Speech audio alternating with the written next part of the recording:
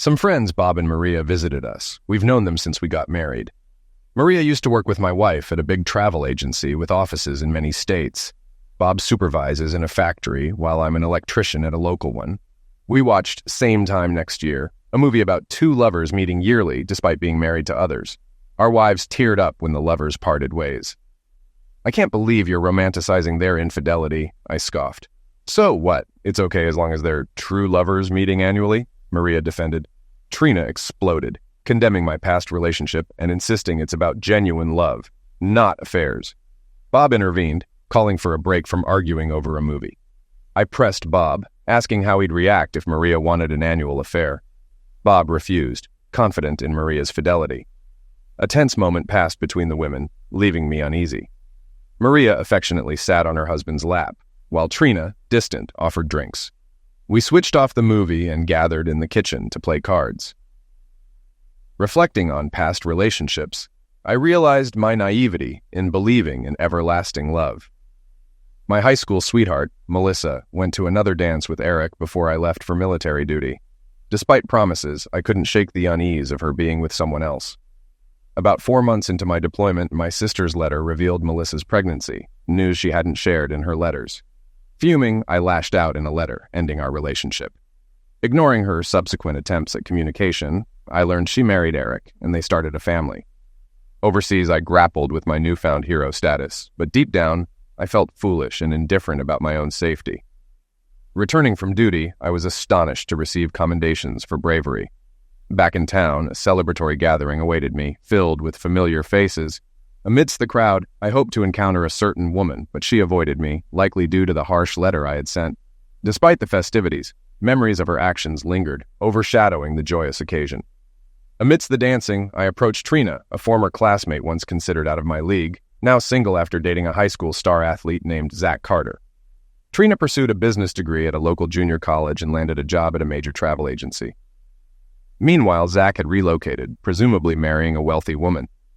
As we reminisced and danced, we discovered our shared experiences of heartbreak, leading to a blossoming romance.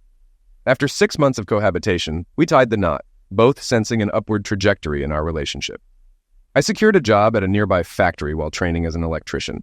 Our mutual respect and shared interests fostered a deep bond, evident in our fulfilling bed life and genuine affection. Despite occasional curiosity about her adventurousness, we thrived as a couple, surrounded by friends and enjoying life's pleasures. While walking with Bob and Maria, Trina invited me to her travel agency's biennial convention.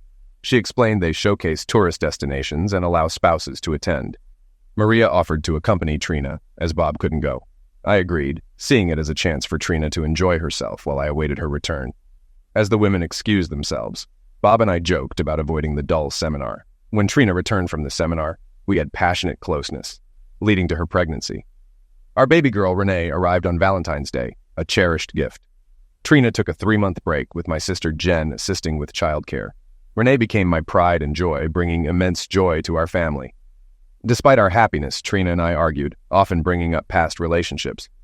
Curious, I asked Jen about Melissa, learning she was a mother named Andrea. "When you see her next, mention I have a daughter," I suggested. Trina objected, deeming it rude. As Trina entered, we diverted the conversation. Despite efforts, thoughts of Melissa lingered, perhaps due to lingering affection or nostalgia for my first love. I pondered if others felt the same about their first loves, and if Trina had truly moved on from Zach. With Trina leaving for another seminar, I opted out, citing childcare duties with our 2-year-old daughter. After a night out with Maria and her other friend, we enjoyed passionate closeness once more. I considered encouraging her to go out more, as our encounters were always incredible upon her return. 2 months later, she discovered she was pregnant again, and 7 months later, Ashley, our second daughter, was born. With each passing Valentine's Day, our household seemed to grow happier. Despite ordinary life and occasional arguments, I often pondered whether our marriage would endure without our daughters. Upon obtaining my electrician's license, I juggled increased work hours for higher pay. Realizing how quickly the girls were growing up, I prioritized spending time with them. Despite getting along with Trina, our connection felt more like duty than love. Similar to many friends' marriages, ours appeared solid externally, but lacked depth behind closed doors. In an attempt to strengthen our relationship, I offered to accompany Trina to her next workshop. though it ended in lukewarm enthusiasm from both of us. Amidst the planning, Bob invited me on a fishing trip to Canada. While the girls were away at the seminar, I explained to Bob my commitment to joining Trina. "Rather fish than attend a seminar, Bob," I explained. "I've got the cabin booked and everything." Bob revealed Maria suggested I join their fishing trip. When Trina returned, she supported the idea, acknowledging it as my first vacation since becoming an electrician. Relieved, I called Bob to arrange my spot. Trina's understanding surprised me, leading to an enjoyable fishing trip. My sister watched the kids, granting Trina and me an extra night together upon our return. I had Trina in bed, engaging in passionate, rough lovemaking, aiming to conceive a son. Our efforts resulted in our third pregnancy, and Andrew Jr. was born the following February, coinciding with our other children's February birthdays. After deciding on a vasectomy, I informed Trina that 3 children were sufficient, sensing her neutrality on the matter. A year later, Jen mentioned Melissa wanted to talk privately, stirring conflicting emotions in me. Despite reservations, I visited Melissa's house, feeling torn between obligation and curiosity as I approached the doorbell. Any other time, I would have entered without hesitation, but today felt different. When Jen opened the door, I found myself speechless. The tension was palpable as I saw Melissa in Jen's kitchen, as stunning as ever, tears streaming down her face. Without expecting it, I moved to comfort her, holding her trembling hands. Melissa apologized repeatedly, her distress perplexing me.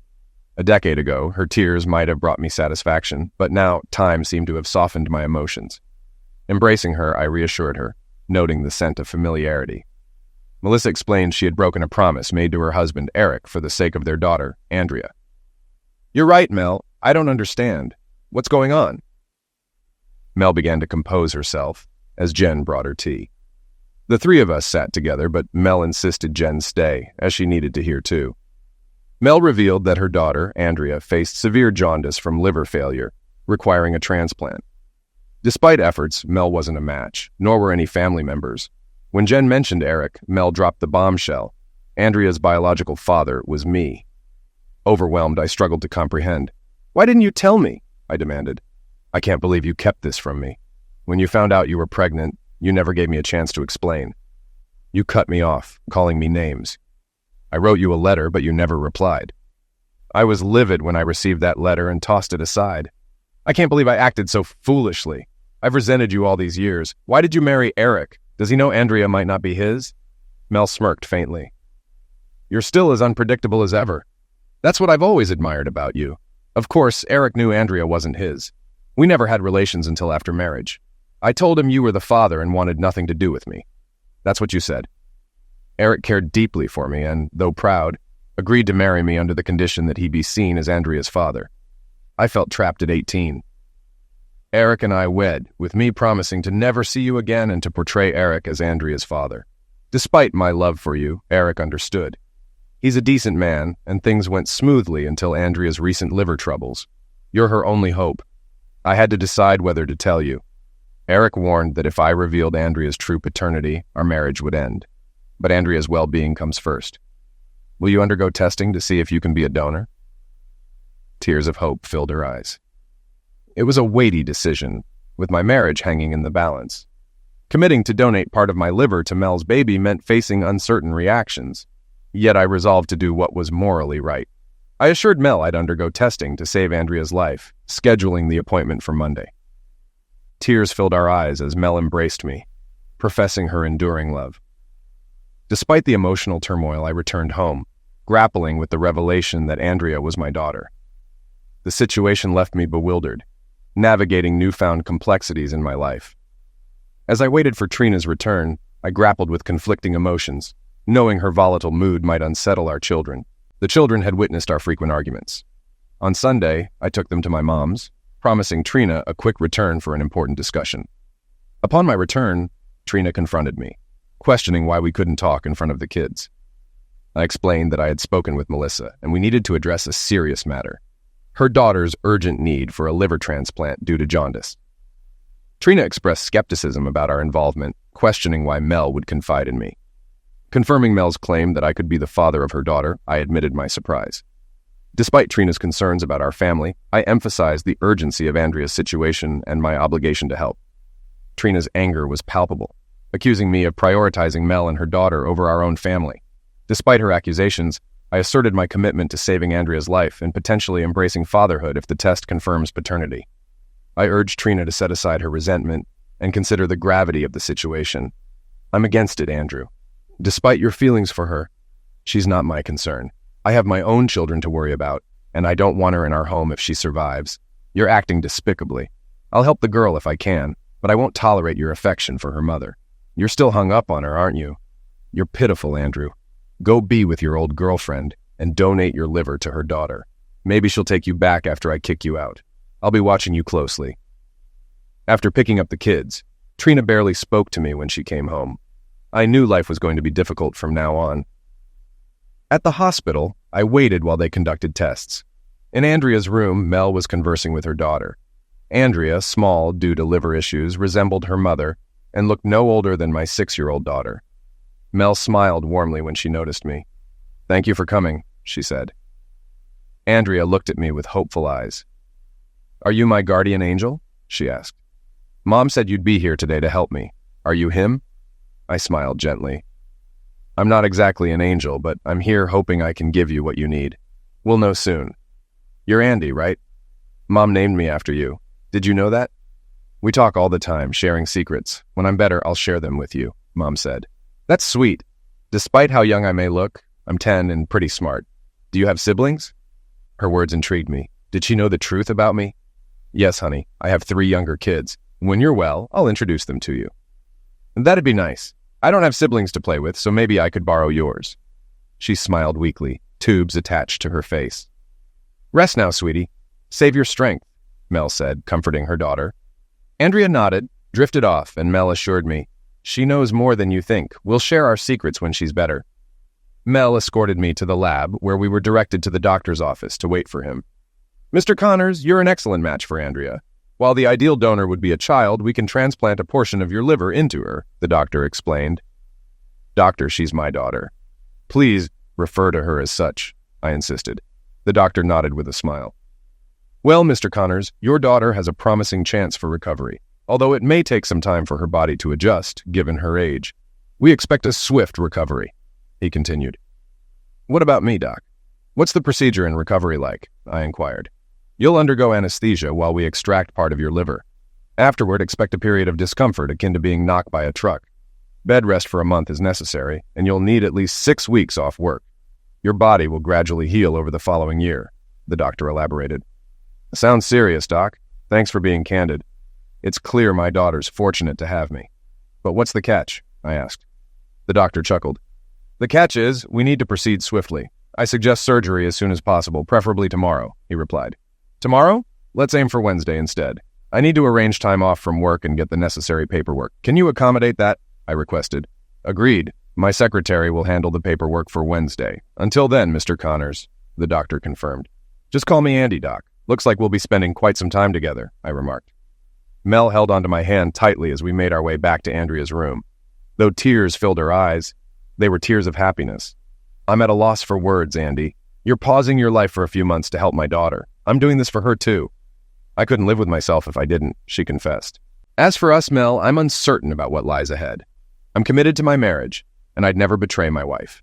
My feelings for you have always been there. However, we've both moved on with our lives.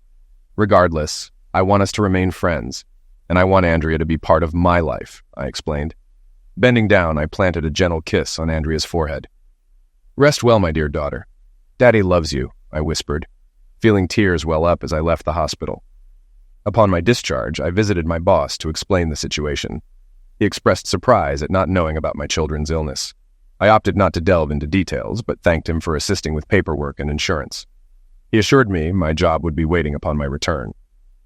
Upon arriving home, Trina awaited me. "So, this is your child?" she asked. "Yes, Andrea is my daughter. Surgery's scheduled for Wednesday. I've sorted insurance and work arrangements. I'll be on sick leave for 6 weeks," I confirmed. "So you're really going through with this? What about our kids? Will you tell them about their sibling?" "Our children are 2, 4, and 6 years old. If I explain that I'm helping save another child's life, they'll understand. They know I'll always be there for them. I'll talk to them tonight, so they understand why I won't be around for a while. Jen said she'll assist you until I return." Oh yes, your beloved sister Jen will be here. You know she can be a handful sometimes.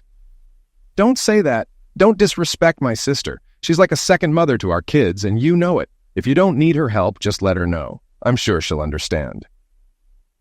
Trina fell silent and left the room. I called the girls over to explain. Andy Jr. tagged along, oblivious to our conversation. I shared that they had an older sick sister. I did my best to clarify the situation. The girls were near tears. "Save her, Daddy. You have to help her if you can," Renee pleaded. "I will, sweetheart. I'll be away for a few days until I recover. I'll call and speak with you daily until I'm back. When your sister is better, I'll take you to see her. Aunt Jen will look after you while I'm gone. Be good for her and Mommy, okay?" "We'll be good, Daddy. We promise." On Wednesday, I arrived at the hospital. Before entering the room, I briefly checked on Andrea. She seemed nervous, but smiled. "Hey, Andy. I'm glad you're here. I couldn't have done it without you." She had a bit of me in her, you know. She's a sweet, caring girl. I've only known her for a couple of days, but I'm so proud of her. I turned around to find Mel standing there, shaking nervously. "It's going to be okay, Mel. Andrea's ready, and so am I." She leaned in and kissed me, a genuine display of love.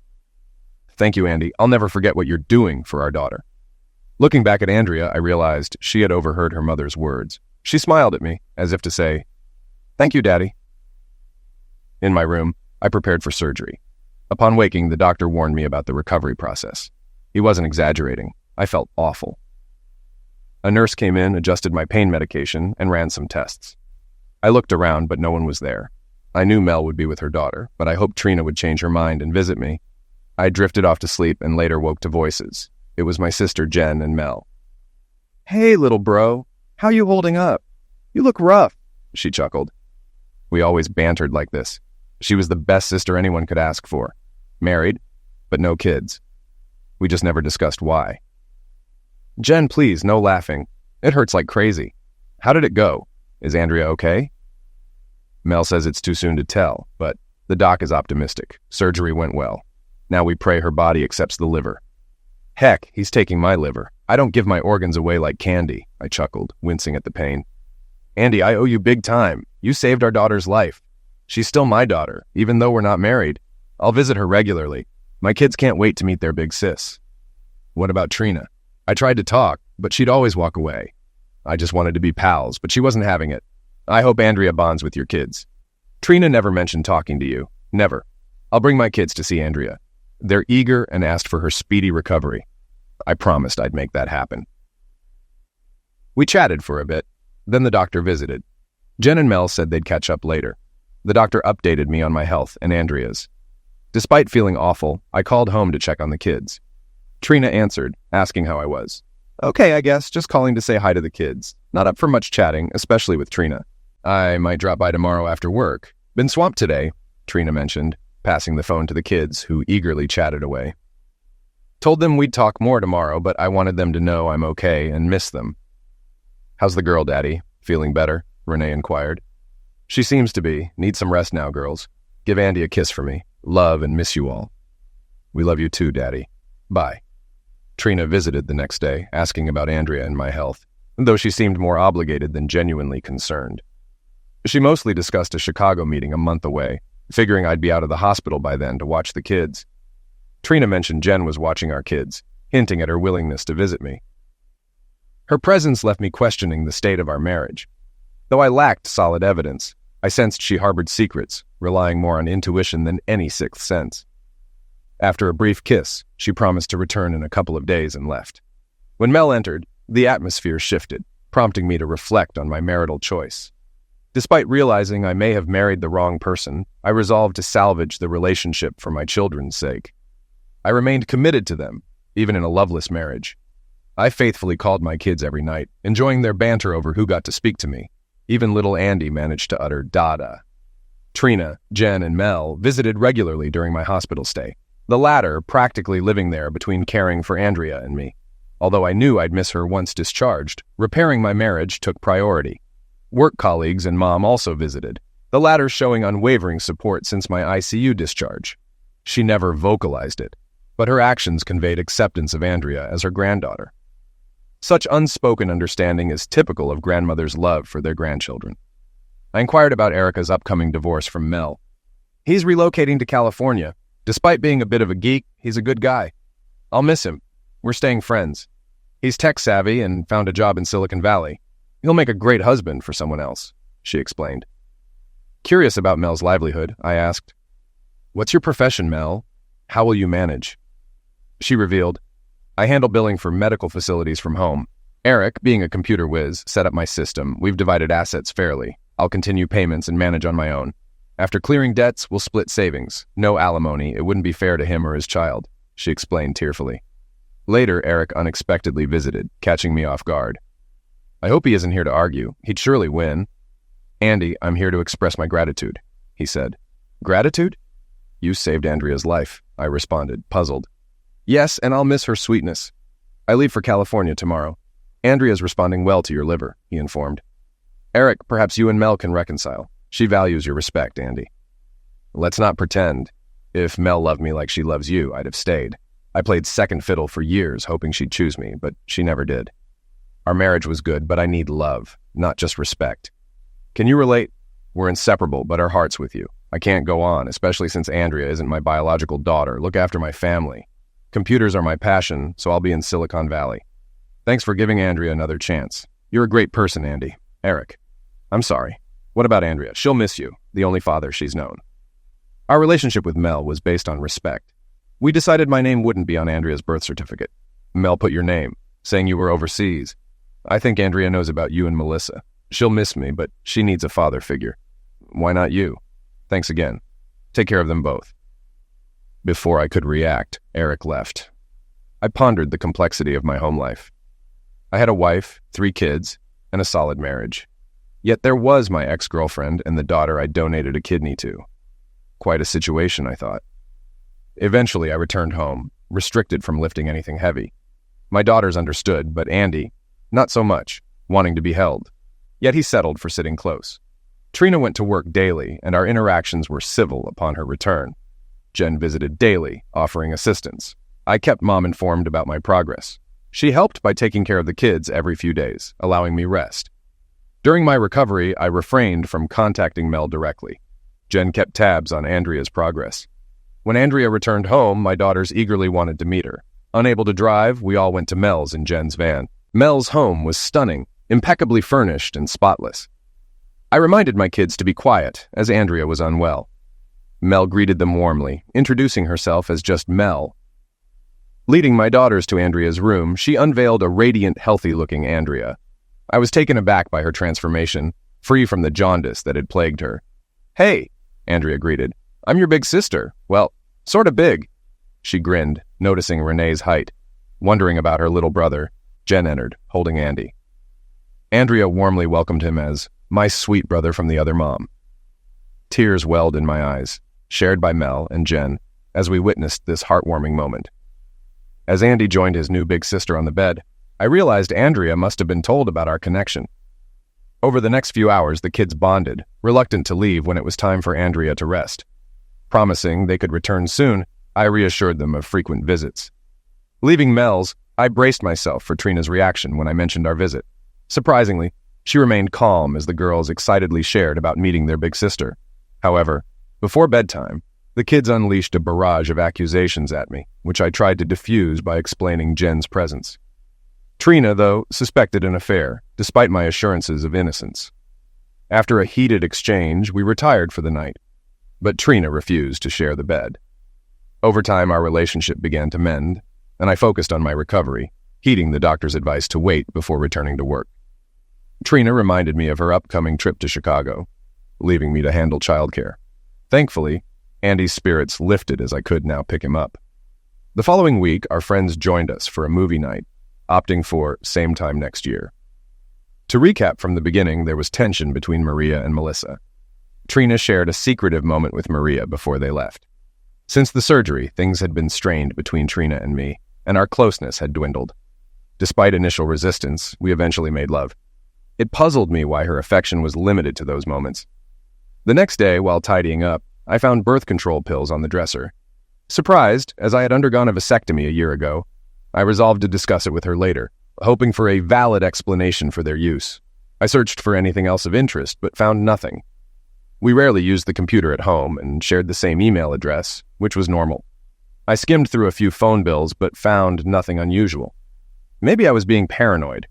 When Trina returned home, I questioned her about the birth control pills. Why were you snooping through my things? You had no right.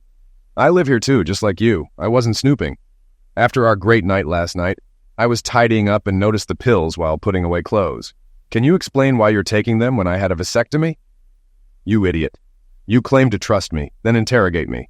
Let me tell you why I need the pill. A few months ago, I had issues with my period, so I consulted a doctor. She suggested the pill to regulate my cycle. Why didn't you tell me about your health problems? What would you have done? Would you have given me pills or advised me to see a doctor as I did?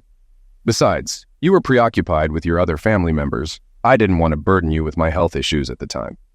This is inappropriate, Trina. You're my wife, and you mean a lot to me. I'm sorry for doubting you, but seeing the pills made me anxious. I was afraid you might be having an affair. I apologize. Okay? Now you understand why I take the pills. Not because I want to, but because my doctor recommended them. After our conversation, I felt relieved. Though I still had doubts, I wanted to trust her. Thursday night, we made love again, almost like a repeat of before. Friday morning, she was in high spirits, kissing the kids and me goodbye before heading to Chicago. I asked her to return soon so we could pick up where we left off. On Saturday, I took the kids to see Mel and Andrea, spending the day together like one big happy family. I wished my life with Trina could be as harmonious instead of constant bickering. While there were some feelings between Mel and me, we both agreed it was best not to act on them. On Sunday, while watching TV with the kids, there was a knock at the door. It was two old high school friends, April and Mandy, gathering information for our upcoming reunion. They got our address from Melissa. I had forgotten she had given it to me. Inviting them in, I served tea as we caught up, and they asked about what's new in my life and where I'm working. I shared a few details from our book, like joining the service and my current job. I skipped mentioning the operation, unsure if Melissa had already told them. Then they asked about Trina, so I mentioned her job at a travel agency. I explained. Mandy seemed surprised. This is strange, she said. What's odd about working at a travel agency? I inquired. Her ex, Zach Carter, works there too, but in Chicago. It's peculiar, old flames at the same company, but in different states. How do you know? I asked. We spoke to his mother recently. She told us all about him, how successful he is. Remember in high school, everyone wanted to date him? His mom says he's still fit, works out daily. Can I have his profile? Trina might want to reconnect. I didn't need it for Trina. I wanted it for myself. I sensed something fishy. After obtaining Zach's details, I bid farewell to my classmates. I debated calling Bob for info on Zach, but refrained, not wanting to implicate Maria. Instead, I rang Trina's room in Chicago. After 5 rings, she answered, sounding out of breath. Hi, she greeted. Good morning, dear wife. How are you? Why are you calling, Andy? Remember, only emergencies. Are the kids okay? Kids are fine, but their dad's upset. Why call, Andy? It's Sunday. No meetings today, right? Forgot. Having a secret meeting with Zach now. Interrupting your fun time? Sorry. Enough, Andy. We'll talk next week. You idiot. I hear him. Hanging up now. Talk later. Talk now or I'll burn it down. Heard Zach whispering. Tell him to hush or I'll call his wife. Senator. Please, Andy, don't. Heard her say something. Zach, stop. He knows. Can't hide. How long? Maybe 7 years. Couldn't get rid of him. Wanted his baby. Please, Andy. Not now. Later. Whose kids am I raising? Yours or your lover's? Answer me. Andy, I honestly don't know. Wow. Honesty isn't your strong suit. Maybe I'll sue my lover for child support. The senator might want to help. Don't say that. I've been honest. I never cheated.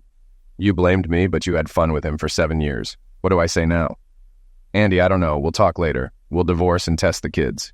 If they're mine, I'll take them. No, you can't. I hung up and called Bob for Maria's number. Bob, Andy, lost Trina's number, need Maria's. Sure, any problem? No, just a question. I called Maria. Andy, Trina's not here. I can have her call. Cut it, Maria. I know where she is and what she's doing. I have no idea what you're talking about, she said, trying to call my bluff. But I wasn't bluffing. Room 804. Is that Carter? Answer my questions or I'll talk to your husband. Are you trying to blackmail me, Bob? No blackmail. Just thought if Trina had an affair and you knew, maybe you had one too. Tell me, or I'll tell Bob about Trina. What do you want to know, Andy? Did you sleep with Bob too? Another ex? Please don't tell Bob. I did it twice and regret it deeply. Who was with Maria? Please, I confessed. It was a friend of Zach's. I want to move on. Don't tell Bob. Tell me about Trina and Zach, and I won't tell Bob. Deal? Okay, I trust you. Trina had an affair with Zach at seminars. She admitted she always loved him and regretted marrying you. They stayed in their room, hardly attended meetings, and went out to dinner. What about my kids? I don't know. She wished all 3 kids were Zach's as a way to get back at you. It made no sense to me. Are my kids actually Zach's? I'm not sure. She hoped they were, but she doesn't really know. Trina, Maria, and I are divorcing, and I'll test the kids to determine paternity. I won't tell Bob about this, but I won't lie to him otherwise. You're not welcome here anymore. I needed to talk to someone, but involving Mel seemed unwise. I called my sister Jen urgently. We discussed scenarios, and I felt lost. I understand why temporary insanity pleas exist. I'd lose it if Zach or Trina showed up now. Jen and I decided to call Zach's wife. She deserved to know. I found his home number and called, reaching the receptionist. I asked for Mrs. Carter. After a pause, she said to wait. Who's calling? I'm Andrew Connors from Ohio. Is this Mrs. Carter? Yes, but I'm Senator Conroy. My husband's Carter. Senator, your husband's at the hotel with my wife. Thought you should know. He claimed he ended things with that married woman. Is her name Trina? Yes, that's her. Trina Connors, soon to be my ex-wife. Mr. Connors, thank you for informing me. I can't talk now, but my team will contact you soon. I'd prefer to speak with you directly. I don't need anything from you, just wanted to let you know about your husband's infidelity. I hung up, realizing she likely knew. I wondered if Trina was his only affair.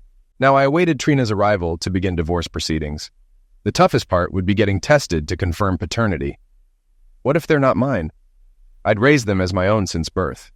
Around midnight, there was a knock. I hugged my kids, pondering their paternity. I wanted a drink, but post-surgery, hard drinks was off limits. The knock came again.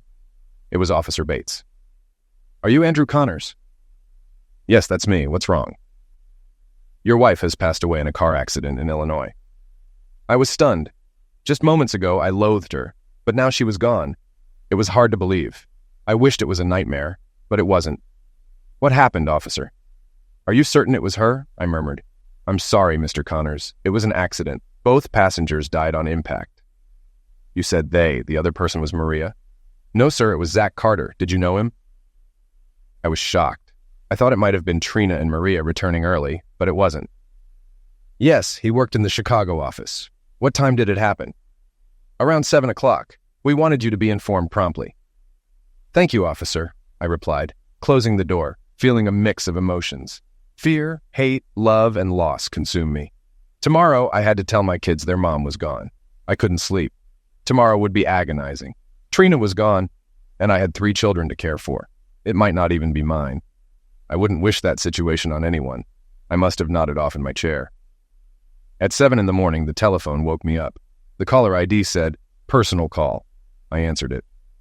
"Mr. Andrew Connors," a voice said. "Yes, that's him. Who's calling?" "1 second, sir," the voice said. Then I heard the female voice from yesterday. "Mr. Connors, this is Senator Janice Conroy. Under the circumstances, I'd prefer to be called by my first name. I know you've been informed of the accident. I'm very sorry for your loss. But I need to talk to you. I need a big favor, Janice. You lost your husband, too. I know the situation is not going to be the best for either of us. What kind of service do you need? Can you not mention the affair between my husband and your wife?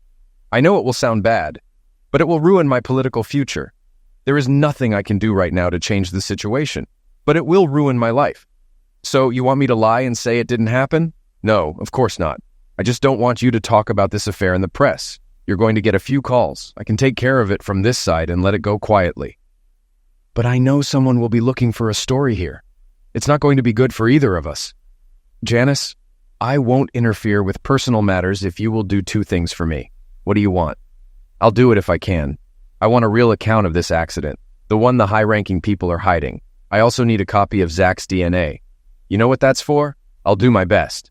I'll be expecting him shortly after the funeral. Please don't take me for some kind of swagger. I want to know. No. I need to know the truth at all costs. I'll get you what you want. I trust you'll keep the affair between us. I always honor my word, Janice. Always. Good. I'll send you the reports promptly. Thank you.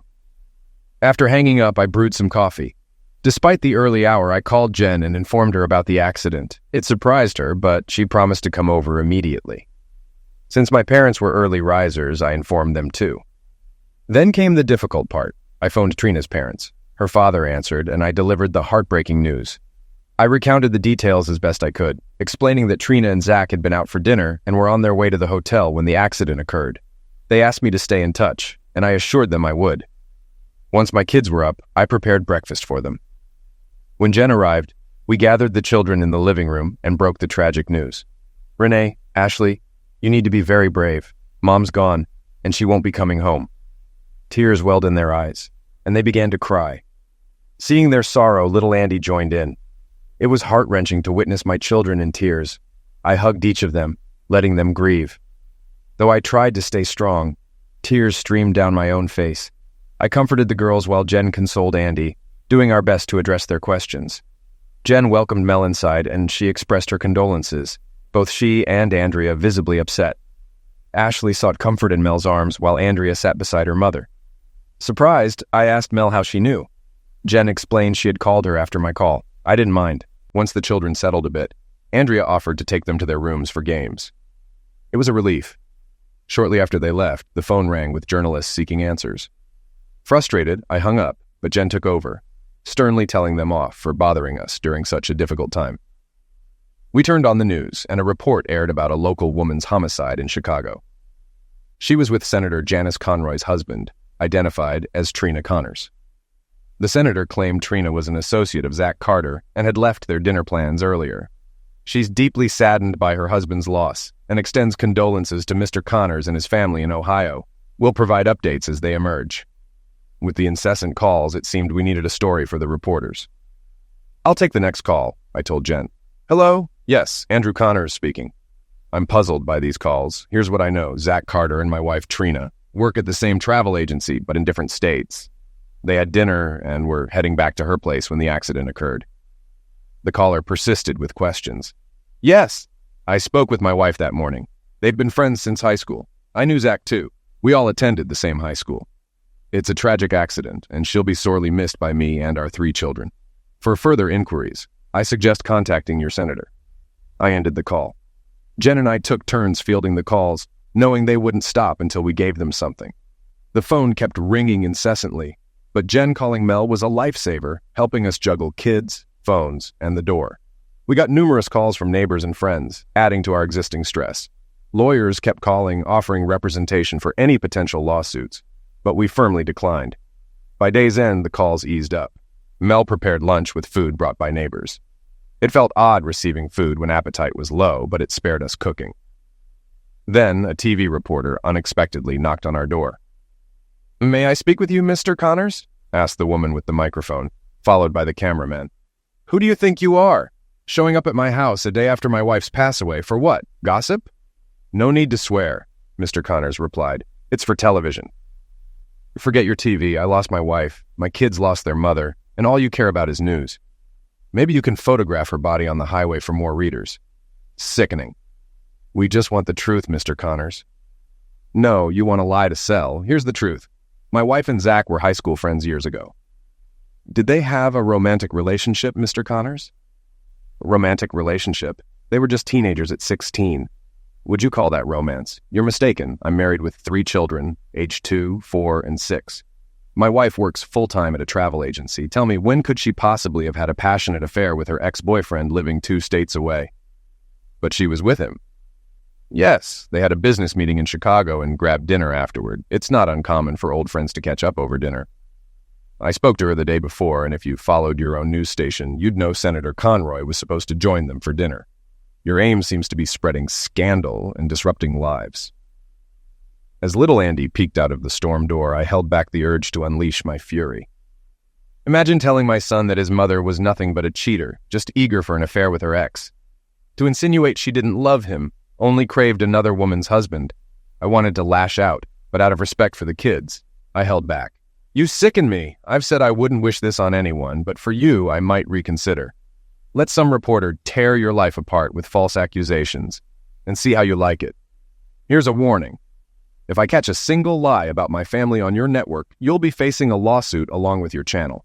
You're not welcome here, and there are no celebrities to chase after. Now get off my property." When I returned home, I embraced my son tightly, and he hugged me back. Jen noticed something was amiss, but hopefully the reporters hadn't caught on. Things settled down afterward. The kids resumed playing, and Jen and Mel discussed funeral plans. Trina's body was due in 2 days, and we aimed for a prompt funeral. The women assured me they'd handle everything, which relieved me, as I wasn't adept at such matters. Later, I overheard Ashley and Andrea in the room. "I miss my mom," Ashley said. "I understand, Ash. I miss my dad. His name was Eric. He wasn't my real dad, but I miss him. He was always there." "Why did he leave you?" Ashley asked. "Because he wasn't my real father. Dads shouldn't leave their little girls." "It's not nice," Ashley replied. "It's okay. I have a new dad now, and he's your dad too." "Ashley, do you think your mom will be my mom too? Since we share the same dad, why can't we have the same mom?" Tears welled up in my eyes hearing my daughter's words, but I stayed silent, not wanting them to know I was listening. "Let's talk to Dad, Ash. I'll talk to Mom, and we'll see. But no matter what, I'll always be your big sister, and you can always count on me." I watched as Andrea embraced Ashley. In the following days, the calls dwindled.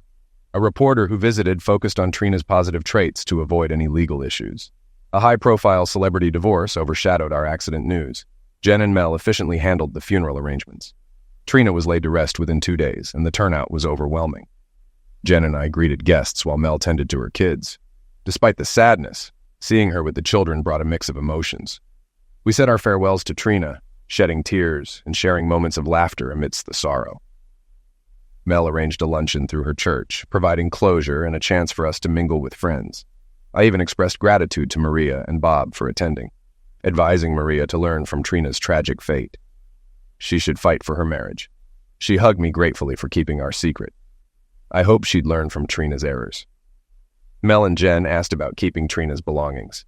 I suggested giving the jewelry to the girls. They saved most for later, but gave some to the girls to play with. Mel admired Trina's clothes, and I offered them to her, given their similar sizes. Jen found this amusing.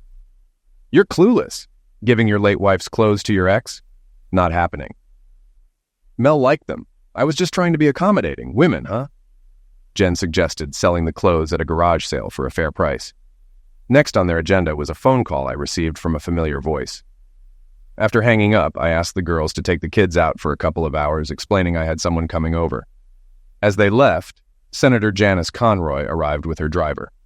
I welcomed her in and was surprised by her appearance, pleasant but likely in her 50s, which surprised me as Zach was our age. She handed me a manila envelope containing an unofficial accident report and Zach's DNA card. Offering her coffee, she thanked me for my discretion regarding the affair. The insurance company contacted her about settling the matter. "Janice, I don't want your money. I just want closure so my family and I can move forward. You'll receive numerous calls from lawyers promising millions, but these cases can drag on for years. The insurance company wants to settle it quickly, and so do I. They've made an offer. If you accept, the case closes, and you won't be bothered further." "What's the offer?" "It's the insurance company's money. They'll give $100,000 for each of your children deposited into a trust. It's paid out when they turn 18, and you control the account until they're 25. "Why are they offering this?" "No offense was committed. It's to avoid prolonged legal battles. They'll also cover medical expenses from the accident, totaling $400,000. I have 4 children, not 3. My second daughter should get her share. I'll ensure all 4 are covered. If we're done, I'd like..." "Before you go, can you tell me about you and Zach? Why did it continue after you knew?" "I believe so. You deserve the truth. I met Zach in college, and despite our age gap, we became friends. He was like a trophy husband, accompanying me to events. He wanted a travel agency, so I bought one for him. He had affairs, including with your wife, but I warned him to stop. The accident report suggests he was punched from behind, causing him to lose control. Why didn't he leave? I held the money and power. He had nothing without me. The accident report suggests he was punched from behind. What does the report say? It suggests his car was knocked from behind, causing it to spin out of control and crash into a tree. Janice, are you responsible for their passaways? I don't personally believe so. There are powers beyond my control. I cared for Zach in my own way like a toy. This may be our last conversation. The report you'll receive has the names redacted for safety. I'm sorry for your loss. After Janice left, I found the report as promised. It revealed Trina's affair with Zach. The DNA report was complete. I couldn't help but wonder if Janice had any involvement in the accident. When the others returned, I shared the news with them, and they were surprised to learn about our visitor.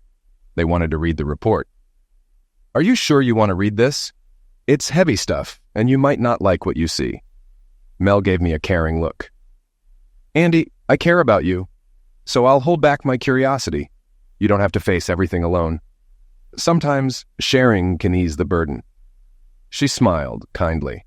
As they read the report, they were saddened, much like me. They hoped Trina would feel remorse. Earlier, I had shared some of what Janice Conroy told me. My sister Jen suggested, maybe Trina's passaway is a blessing in disguise.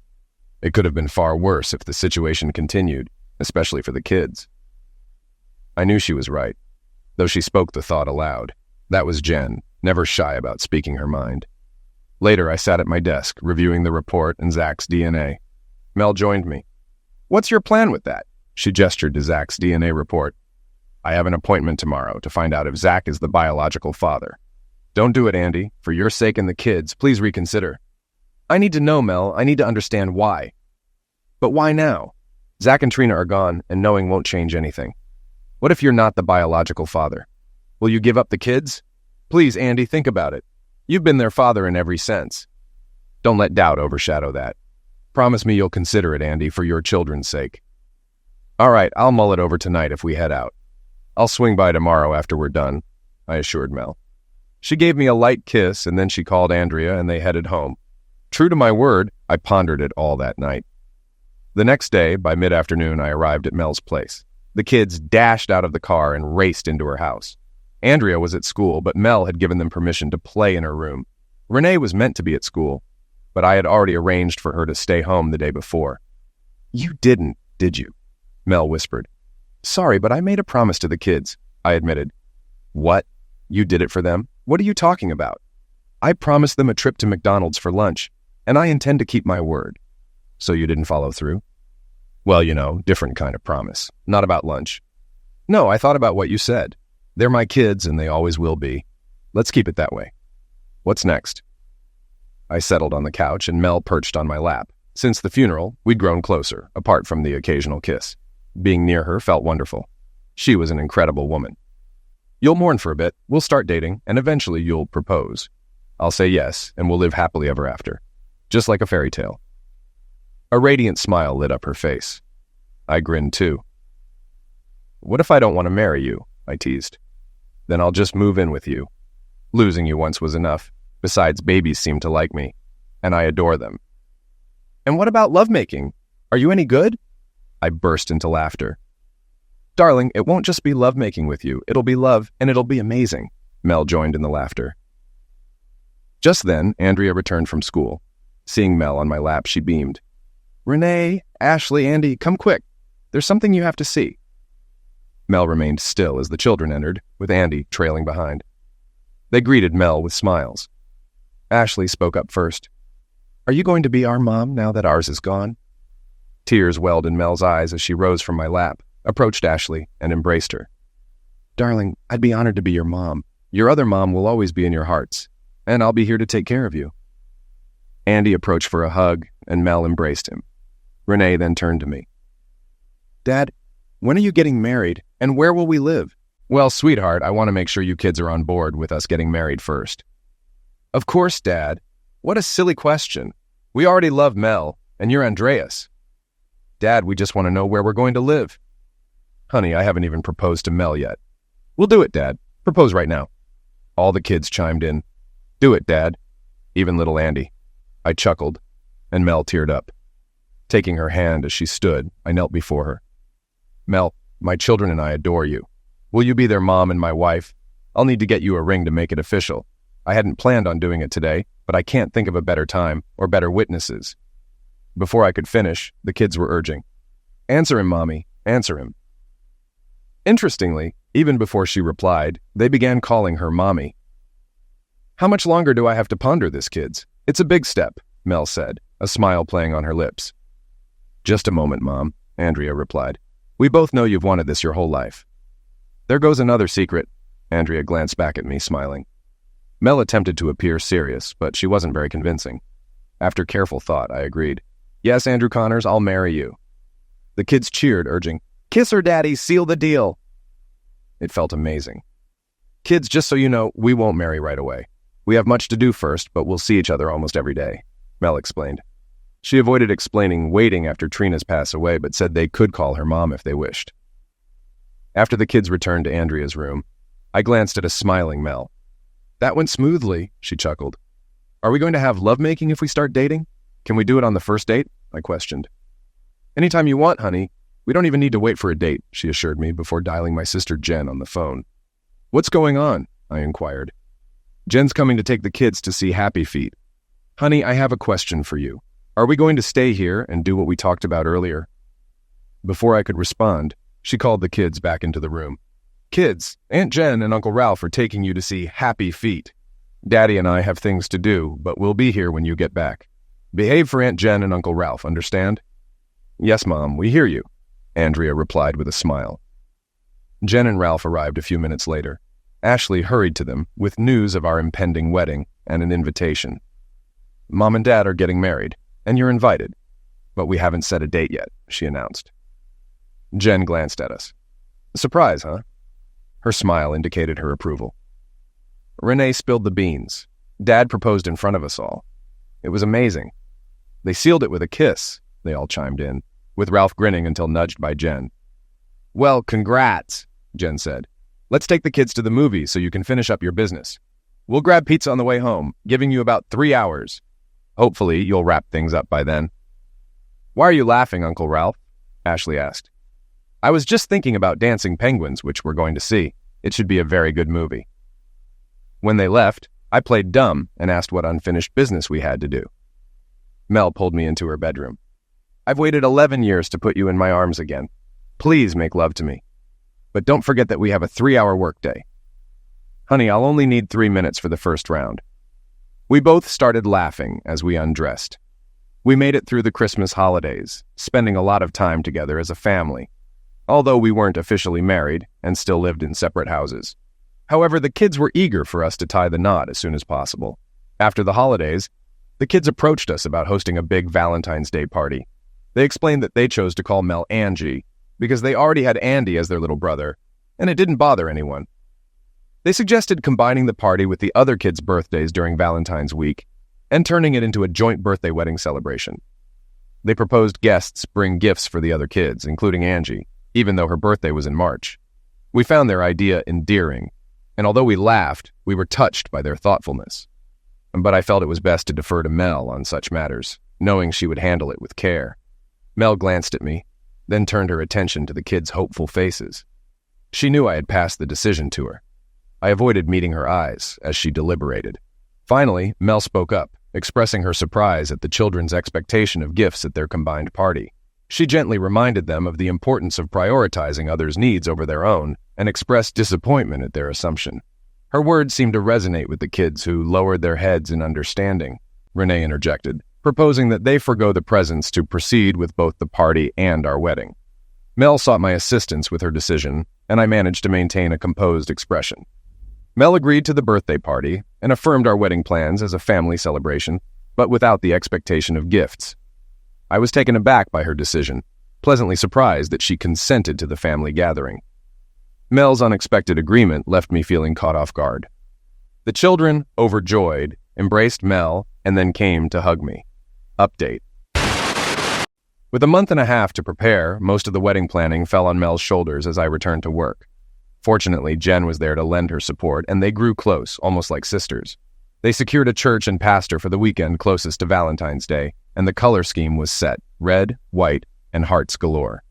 The church ladies offered to cook, but we insisted on covering the expenses, including the cake. It was a modest affair, with Jen as matron of honor and Ralph as best man. Our son carried the rings, followed by Andrea and Renee in matching blue dresses, with Ashley as the flower girl. As Mel walked down the aisle, escorted by her father, tears filled my eyes, and I sensed her shared emotions. Despite years of turmoil with my first wife, marrying Mel made me nervous yet overwhelmingly happy. The church was filled with friends and family, and the applause after our kiss sealed the bond. After the ceremony, we were greeted by banners celebrating our marriage and the kids' birthdays. It was a joyous occasion, with birthday cards awaiting each child. Our invitations had mentioned it was a combined celebration, making it a Valentine's Day to remember. We chose to postpone our honeymoon until June when the kids were out of school, opting for a trip to Disney World where we shared rooms. During the day, we enjoyed time with the kids, reserving our nights for closeness behind closed doors, leaving the kids puzzled about our tiredness. Upon returning home each morning, Jen shared her joyous news of expecting her first baby, bringing us happiness for her and Ralph. We decided to sell my house and consolidate into Mel's, ridding ourselves of reminders from the past. With an auction, we sold off furnishings and the house itself. The kids were thrilled with their new bedroom sets, and we wisely invested their insurance checks into individual accounts for their futures, closing the chapter on the accident.